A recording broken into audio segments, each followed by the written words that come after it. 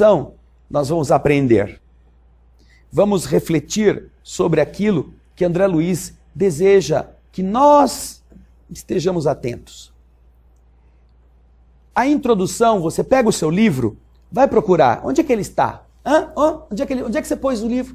Tira o gato de cima, tira ele de baixo da mesa, de trás lá da estante, abre o congelador, tira o livro que está lá congelado, traz o livro para frente dos seus olhos. Vamos começar. Vamos abrir. Às vezes as pessoas, eu estou com tanta pressa, eu já quero começar no começo. E esquece que o começo, às vezes não é o primeiro capítulo, é a introdução, é o preâmbulo, é aquela parte em que o autor explica o porquê da obra, qual o contorno geral, qual é o objetivo.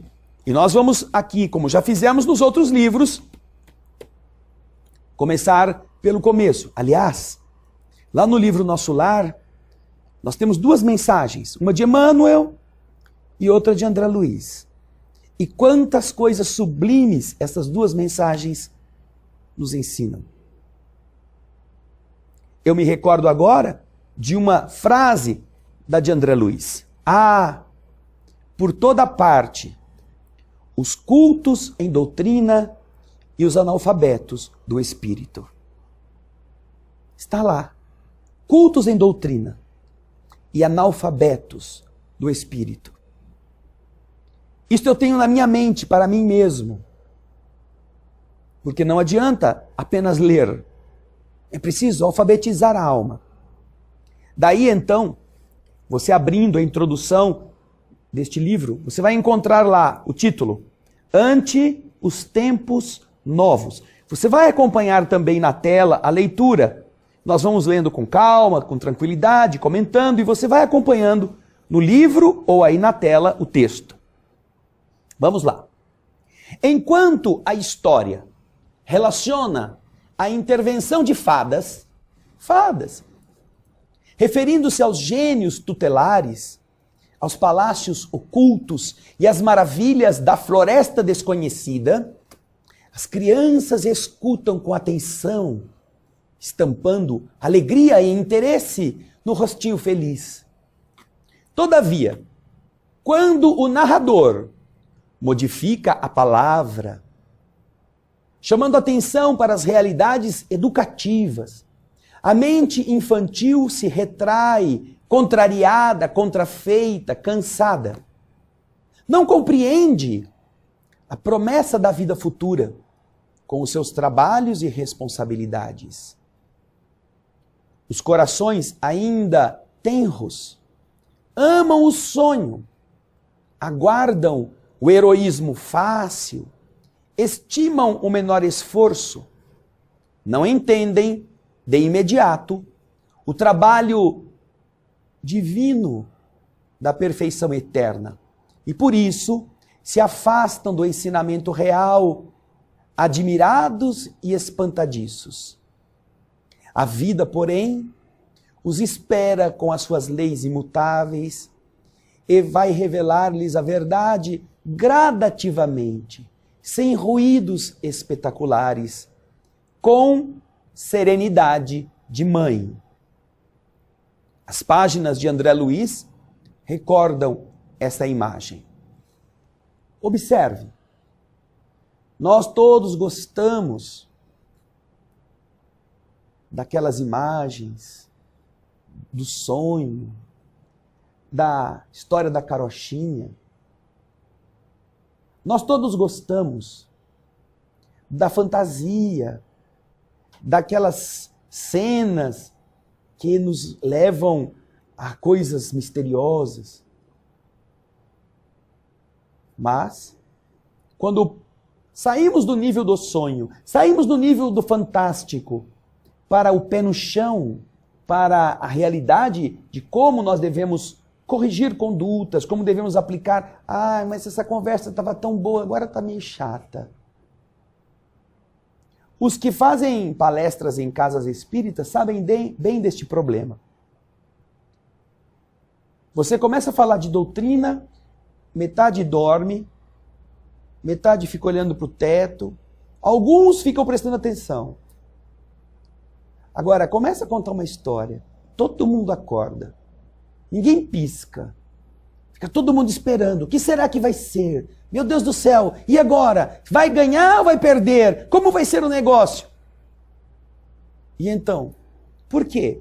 Porque a nossa mente infantil ainda precisa dessa tessitura, dessa coisa que seduz. Ai, e então vamos esperar o próximo lance. Como vai ser a questão? Que vai dar isto, não é? Aí você começa a explicar a doutrina, você começa a explicar os ensinamentos de Jesus, você começa a raciocinar, aí, eu preferia a história. Né? Sem falar nos que estão dormindo no meio do caminho. Então, o que André Luiz está dizendo, ou melhor, o que aqui está sendo dito neste preâmbulo, nesta introdução, corresponde àquilo que André Luiz vai fazer. Aquilo que de verdade representará agregar ensinamento.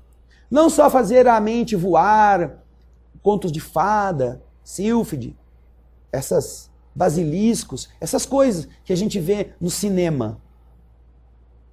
Nós estaremos sendo chamados ao viver. E essa introdução já revela isto. Quando você estiver com o livro, preste atenção. Porque além da história existem muitas coisas que podem mudar a sua vida, se você assim deixar. Vamos acompanhar aí mais um pouquinho do texto.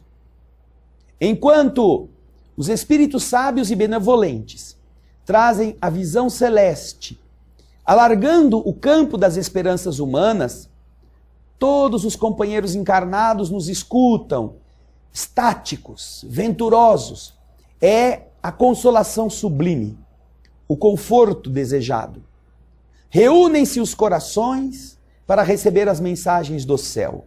Mas, se os emissários do plano superior revelam alguns ângulos da vida espiritual, falando aos homens do trabalho, do esforço próprio, da responsabilidade pessoal, da luta edificante, do estudo necessário, do autoaperfeiçoamento, não ocultam às pessoas a desagradável impressão. Contrariamente às suposições da primeira hora, não enxergam o céu das facilidades, nem a região dos favores. Não divisam acontecimentos milagrosos, nem observam a beatitude repousante. Ao invés do paraíso, desse paraíso próximo, sentem-se nas vizinhanças de uma oficina, de um lugar de trabalho incansável, onde o trabalhador não vai se elevar pela mão beijada do protecionismo, e sim à custa de si mesmo, para que deva a si próprio, a própria consciência, a vitória ou a derrota. Tá começando a apertar o parafuso, né? Já na introdução. Não tem nada de ficar passeando, flutuando, nuvem, floquinho, asa de pena de galinha. Eu era espírita, Deus vai me proteger. Não. Trabalho, oficina, esforço. No próximo bloco, a coisa aperta mais ainda. Fique conosco.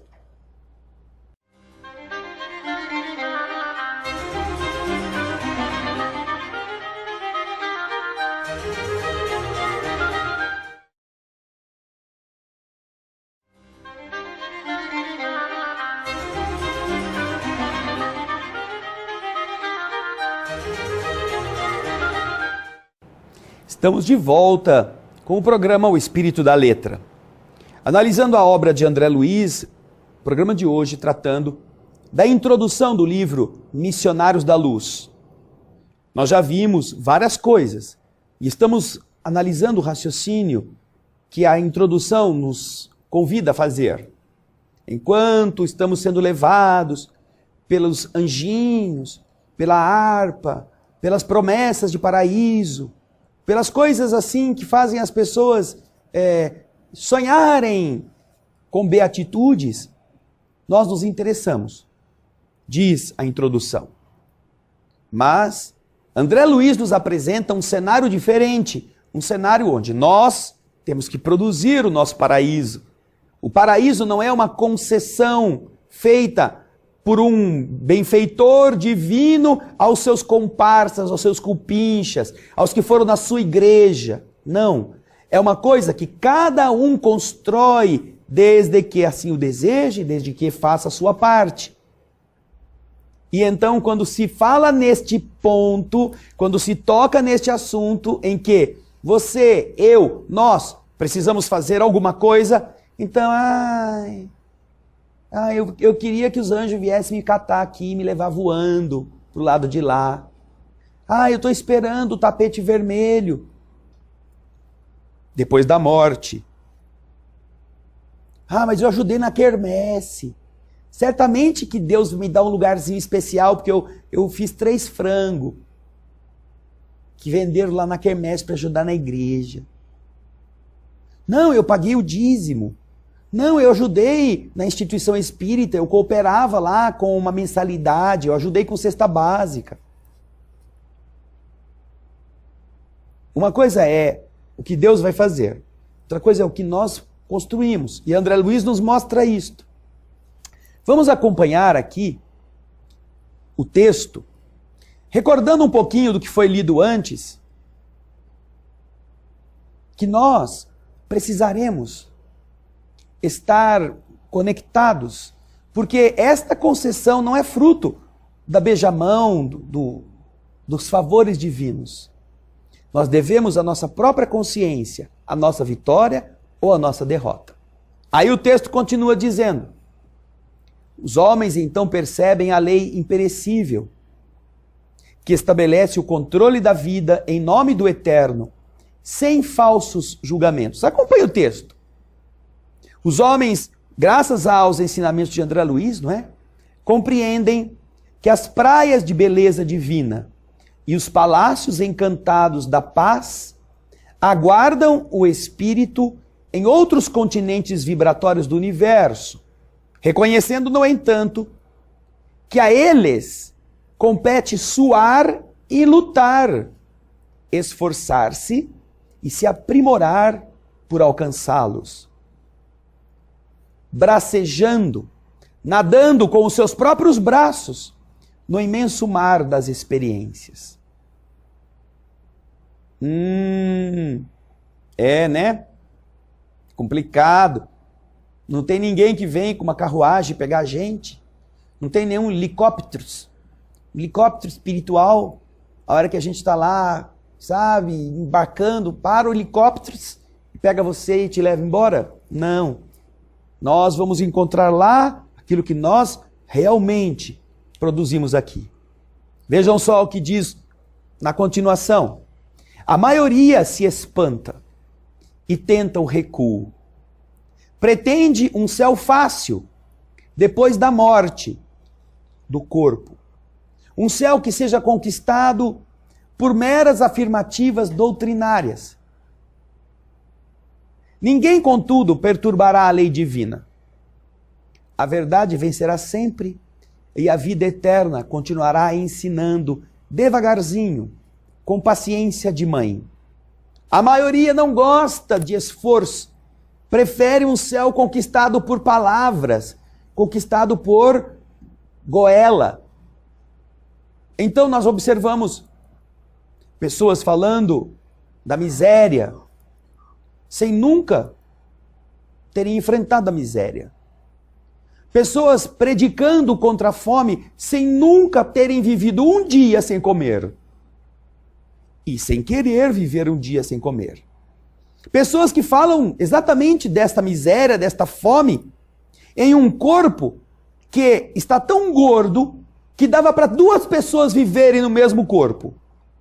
Com o peso que ela tem, falando da fome alheia, dava para 2, às vezes até 3 sobreviverem. Estranho, não é? Não será por falar, por predicar, que nós estaremos melhores do lado de lá.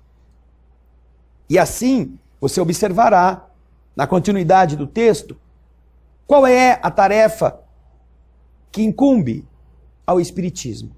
Diz lá o texto: ao Espiritismo cristão, cabe atualmente no mundo grandiosa e sublime tarefa: Não basta definir-lhe as características veneráveis de consolador da humanidade. Não, o Espiritismo não é apenas um consolador da humanidade. Não, não é só isto. É uma outra coisa. Vamos ver o que o texto vai nos ensinar a respeito.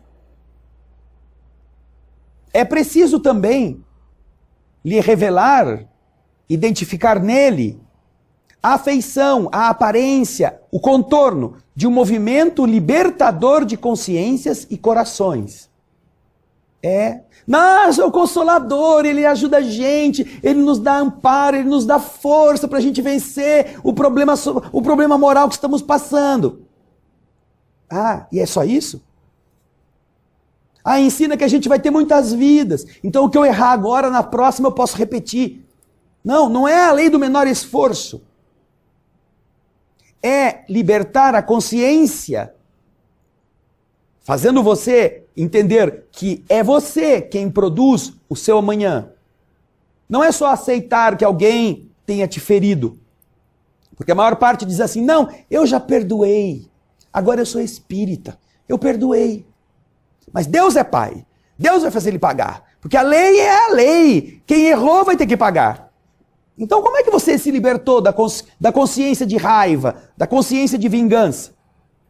O Consolador consola, é verdade, mas nós precisamos iluminar o nosso ser com aquilo que de bom isso nos apresenta. Vamos ao texto. A morte física não é o fim. É pura mudança de capítulo no livro da evolução e do aperfeiçoamento. Ao seu influxo, quando ela acontece, ninguém deve esperar soluções finais e definitivas, quando sabemos que 100 anos de atividade no mundo representam uma fração relativamente curta de tempo para qualquer construção na vida eterna. Infinito campo de serviço aguarda a dedicação dos trabalhadores da verdade e do bem. Problemas gigantescos desafiam os espíritos valorosos encarnados na época presente, com a gloriosa missão de preparar a nova era, contribuindo na restauração da fé viva e na extensão do entendimento humano. Começamos a ver qual é a tarefa dos que estão reencarnados atualmente na vida. Restaurar a fé viva, viver os problemas gigantescos da nova era como exemplos. Veja a revelação que já na introdução nós encontramos. Não é ter que vir aqui para ganhar o seu pão de cada dia, criar honestamente seus filhos, não. É aguentar os problemas. E com base nesta crença, nesta fé viva, tornar-se testemunho vivo do que você acredita. Você se torna alicerce para outros edificarem-se. Não basta frequentar igrejas, não basta ir no centro espírita. Não, eu li o livro Os Missionários da Luz, eu li as obras de André Luiz, ai como elas são bonitas. E aí? Ficou nisso? Só nisso? Você é um excelente leitor. Mas será que é testemunho vivo do que está lá? Será que aprendeu a pedir desculpas? Será que parou de ser agressivo? Será que falou de uma forma mais humana com as pessoas? Será que não guarda mágoa de ninguém? Será que deixou passar uma pessoa que não te tratou como você gostaria de ser tratado?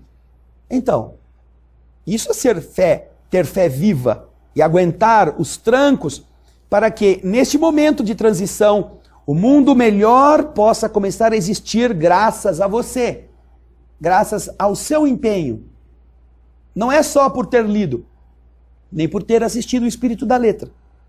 É por você ter vivido o que você acredita. Vamos ao texto. É urgente socorrer a religião, sepultada nos arquivos teológicos dos templos de pedra. E também é urgente amparar a ciência, transformada em gênio satânico da destruição. A espiritualidade vitoriosa percorre o mundo, regenerando as suas fontes morais, despertando a criatura no quadro realista das suas aquisições. Existem chamamentos novos para o homem descrente do século XX, indicando-lhe horizontes mais vastos, demonstrando-lhe que o espírito vive acima das civilizações que a guerra transforma ou consome na sua voracidade de dragão multimilenário. Ante os novos tempos, ante os tempos novos, e considerando o esforço grandioso da renovação, requisita-se, solicita-se, invoca-se o concurso, a ajuda, a participação de todos os servidores fiéis da verdade e do bem, para que, antes de tudo, vivam a nova fé, melhorando-se e elevando-se, cada um a caminho do mundo melhor. E então, não terminamos. A introdução vai terminar daqui a pouquinho. Mas já aqui nós estamos ouvindo dos Espíritos o que eles estão esperando de nós. Missionários da luz, você é um, não viva apagado, porque você veio para brilhar. No próximo bloco, nós vamos terminar a introdução com todos os ensinamentos que ela nos está trazendo. Não vá embora não, fique aí, porque esse é só o preâmbulo de uma grande riqueza que vai nos esperar dentro deste livro Missionários da Luz. Daqui a pouquinho nós voltamos.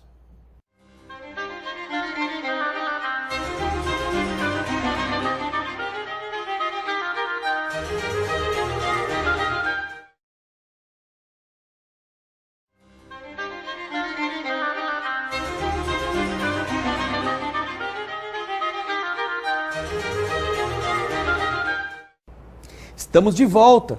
Agora o último bloco do nosso primeiro programa do livro Missionários da Luz. Estamos analisando a introdução, uma que nos faz pensar muito profundamente a respeito do que é que nós queremos. Estamos na Terra para quê? Para nos abanar, para comer, para produzir esterco, para gerar outros corpos e depois esperar a morte? Ou queremos, como espíritos, aprender aquilo que a vida nos pode ensinar? E então, no final, a introdução nos convida, diante dos tempos novos e considerando o esforço grandioso da renovação, requisita-se, solicita-se, convoca-se a ajuda, a participação, o concurso de todos os servidores fiéis da verdade e do bem.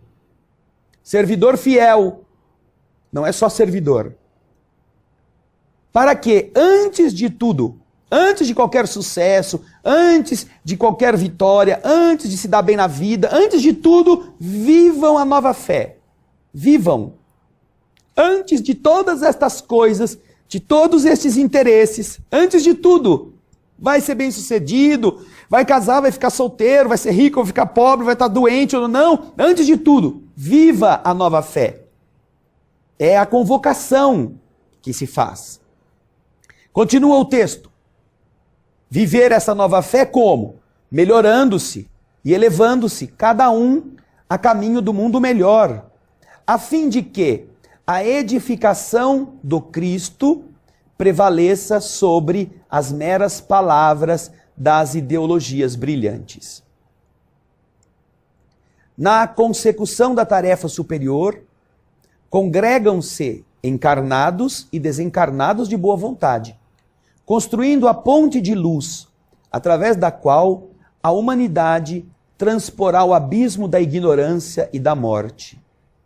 É por esse motivo, leitor amigo, que André Luiz vem uma vez mais ao teu encontro, para te dizer algo do serviço divino daqueles chamados missionários da luz, esclarecendo ainda que o homem é um espírito eterno habitando temporariamente o templo vivo da carne terrestre.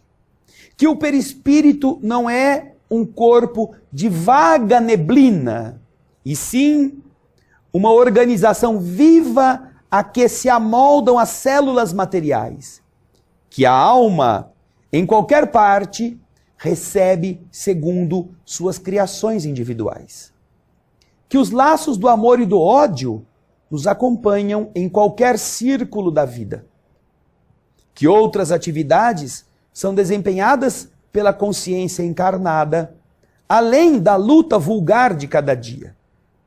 Nos mostra André Luiz que a reencarnação é orientada por sublimes ascendentes espirituais e que além da tumba, do sepulcro, da cova, a alma continua lutando e aprendendo, aperfeiçoando-se e servindo aos desígnios do Senhor, crescendo sempre para a glória imortal a que o Pai nos destinou. Se a leitura te assombra, se as afirmativas do mensageiro te parecem revolucionárias, recorra à oração e agradeça ao Senhor o aprendizado, pedindo a Ele que te esclareça e ilumine, para que a ilusão não venha te prender, te deter, te reter em suas malhas. Lembra-te de que a revelação da verdade é progressiva e, rogando o socorro divino para o teu coração, atende aos sagrados deveres que a terra te designou para cada dia, consciente de que a morte do corpo não te conduzirá à estagnação, e sim a novos campos de aperfeiçoamento e trabalho, de renovação e luta bendita, onde você vai viver muito mais e mais intensamente. Pedro Leopoldo, 13 de maio de 1945. É o prefácio do Espírito Emmanuel. Como sempre, Emmanuel não manda recado. Emmanuel dá o recado. Emmanuel não nos ilude. Emmanuel fala o que nós precisamos ouvir como gente adulta. E é uma coisa importante para todos aqueles que na terra agora estão procurando algodão para pôr nas suas feridas. Trate das feridas, sim, é bom ter um algodãozinho para cobri-las. Mas pare de abrir feridas. Melhor do que tratá-las é não abri-las. Melhor do que tomar remédio para problemas de saúde é não criar os problemas de saúde. É não usar o que não presta, é abdicar do vício. Algumas pessoas dizem, não, é que eu tenho esse problema de saúde porque eu fiz coisas que eu não devia, eu comi coisa que eu não devia, eu bebi coisa que eu não devia, eu inalei coisa que eu não devia, mas eu sou tão boa pessoa, eu ajudo tantos pobres, Deus vai me ajudar do lado de lá. Não tem jeito. Você é fruto do que você constrói. A bondade que você fez estará do seu lado, sim. Mas o efeito nocivo do que você aplicou em você mesmo estará com você. Então Emmanuel nos está dizendo, paremos de nos iludir com estes sonhos de criança, que está esperando que venha um anjo alado, um ser todo aureolado para dizer, você que foi malzinho, que viveu no lodo, vem cá que eu vou limpar você. Não, não é assim que funciona. Nós temos que nos limpar, porque quando você era criança, você se lembra disso, era uma delícia fazer a bagunça com todos os seus brinquedos, quando vinha alguém limpar para você, não é? Quando você podia contar com a participação da funcionária de casa, ou da sua mãe, ou do seu pai, que vinham limpar a bagunça. E toda vez que você ia brincar, você fazia a bagunça de novo. Porque sabia que tinha alguém que ia limpar para você. O dia que alguém disse a você, a bagunça que você fizer é você que vai limpar, desse dia para frente o que acontece? Você já não brinca com todos os brinquedos, você já vai com menos euforia, você já começa a entender que você precisa se conter para que os resultados não sejam tão ruins. Ah, isso educa, não é? Isso educa. Isso faz você ser adulto. Isso faz você entender que a vida é uma viagem de crescimento, não é uma viagem de turismo. Que a escola existe não por causa do recreio, onde as pessoas vão jogar bola, onde vão encher a barriga, onde vão jogar a conversa fora. A escola existe para ensinar o aluno. Ainda que hoje tudo pareça estar invertido, é por isso que este prefácio nos chama a responsabilidade de sermos os que vivam o ensinamento. Que estejamos empenhados em transformar esta fé em atitudes. E então, aonde você estiver, com as pessoas com quem você conviver, você ser referência. Eu conheço muitas pessoas cujas famílias não vão à casa espírita. E algumas dessas pessoas me dizem: eu não vou ao centro espírita, porque o exemplo que ela dá aqui dentro de casa me fazem nunca querer ir no centro espírita. Porque ele vive no centro espírita, ela vive no centro espírita, e aqui dentro de casa é um déspota. Aqui dentro de casa é intolerável. Aqui dentro de casa é uma volúvel. Como é que ela pode, aqui dentro, ser assim? Ir no centro espírita? Ir na igreja? É lá que eu não vou. Por quê? Porque a pessoa não é exemplo do que ela prega. E nós estamos na terra para ajudar Jesus no projeto. Ou vocês acham que este projeto aqui foi feito assim para diletantismo? A bondade e o amor divinos produzem estas histórias e relatam estas verdades para que nós não soframos no futuro, por sabermos o que fazer agora. Que dádiva, não? Que amor! Que poderia ter nos deixado aqui mais séculos na ignorância, sofrendo, fazendo sofrer, ficando doente, gozando e chorando. Mas não. Empenhados em trazer a consolação, mandaram pessoas para viver a consolação. E graças a elas, entre as quais está Francisco Cândido Xavier, graças a estas criaturas que foram exemplos de vida, todos nós que pudemos conhecer o que é a vida espiritual depois da vida física, não podemos dizer que não sabíamos. E o que é mais legal, não podemos dizer que não era possível, porque eles viveram isto. Viveram entre nós, passaram fome, passaram frio, viveram doentes, viveram sem luxo. E os ricos, os sadios, os agasalhados e os abastecidos faziam fila para encontrarem-se com eles. Doentes consolavam os sadios. Famintos ouviam os abastecidos. Sofrendo as angústias das necessidades, eram capazes de diminuir as necessidades dos outros. Isto é possível. E eles provaram isso para nós. Começamos hoje o livro Missionários da Luz. Será uma longa jornada, porque esses capítulos são grandes, mas são maravilhosos. Vamos entender aquilo que eles já disseram aqui. A desencarnação, o processo mediúnico, a reencarnação, a ação da mente na modelagem do corpo, como tudo isto se encadeia para que o nosso amanhã seja diferente. Você quer um corpo que não seja tão doente como este que você tem hoje? Puxa, você está construindo. Faça valer a pena. Comece a fazer coisas boas, abandone os vícios, comece a se equilibrar, porque você vai morrer no corpo e vai voltar num novo corpo. Ah, você quer uma família diferente? Comece a tratar bem da que você tem aqui.